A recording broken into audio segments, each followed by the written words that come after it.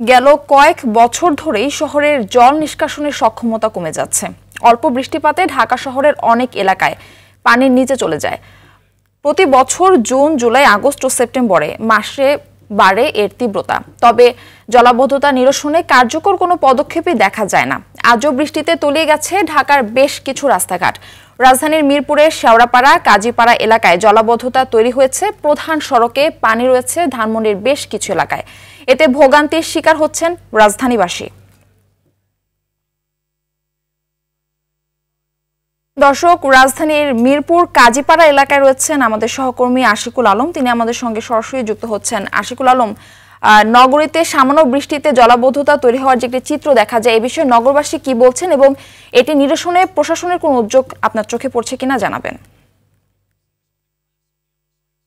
নগদের কাছে সব গ্রাহকই প্রিয়, তাই তো সারা দেশে ক্যাশ আউট চার্জ সবচেয়ে কম।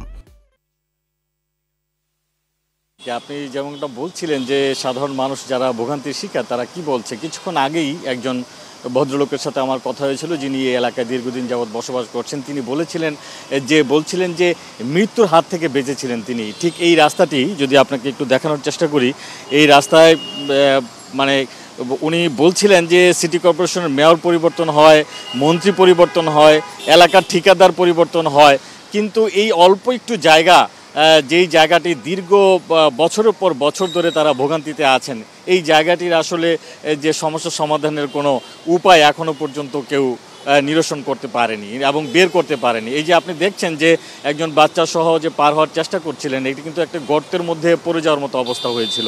এরকম কিন্তু শত শত লোক প্রতিনিয়ত যখনই বৃষ্টি হচ্ছে তখনই কিন্তু তারা এই ভোগান্তির শিকার হচ্ছেন এবং এটি কিন্তু একদিনের ঘটনা নয়, এটি বছরের পর বছর ঠিক এরকম অবস্থায় চলছে এবং এটা থেকে কবে তারা মুক্তি পাবেন সেটি আসলে নিশ্চিত করে বলা যায় না। আপনাকে যদি বলি মারফি, যে গেল কয়েক মাস আগে ঢাকার মিরপুরের যে কমার্স কলেজের সামনে যে একটি বড় ধরনের দুর্ঘটনা ঘটেছিল, যেখানে বিদ্যুতের তার পড়েছিল এই জলাবদ্ধতার পানিতে এবং সেখানে একই পরিবারের 4 জন সহ আরও একজন, মোট 5 জন মৃত্যুবরণ করেছিলেন। কিন্তু তারপরেও এটি নিয়ে আলোচনা হয়েছে, অনেক ধরনের বক্তব্য দিয়েছেন কর্তা ব্যক্তিরা যারা এই সিটি কর্পোরেশনে রয়েছেন, রাজুকে রয়েছেন এবং বিভিন্ন সংস্থার কর্মকর্তারা বিভিন্ন বক্তব্য দিয়েছেন, কিন্তু সেটিতে বাস্তবে আসলে সেটির কোনো প্রতিফলন হয়নি। সেটি কিন্তু এখন দেখা যাচ্ছে। এরকম এই জায়গাও কিন্তু বিদ্যুতের তার রয়েছে এবং এখানেও যে এরকম কোনো ঘটনা ঘটবে না সেটি কিন্তু নিশ্চিত করে আসলে কেউ বলতে পারবে না। তো রাজধানীবাসী আসলে অ্যাকচুয়ালি মেনেই নিয়েছেন যে তাদেরকে এই ভোগান্তির মধ্যেই থাকতে হবে।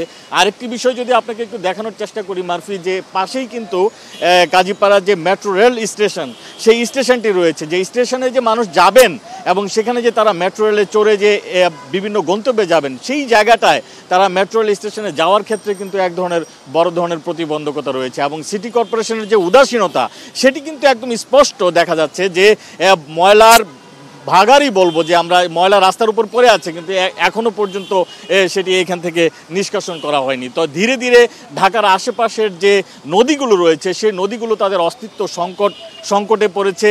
সিটি কর্পোরেশনের পয় নিষ্কাশন ব্যবস্থার মধ্যে বড় ধরনের ত্রুটি রয়েছে এবং সবশেষ যেটি, যে রাজধানীবাসীর মধ্যেও কিন্তু এক ধরনের অসচেতনতা রয়েছে। সব কিছু মিলেই কিন্তু ঢাকার এই জলাবদ্ধতা এবং সেটি থেকে নিশ্চিত কবে নাগাদ মুক্তি মিলবে সেটি বলা খুব দুষ্কর। মারফি, এই ছিল আমার কাছে মিরপুর কাজীপাড়া থেকে। আশিকুল, আপনাকে ধন্যবাদ।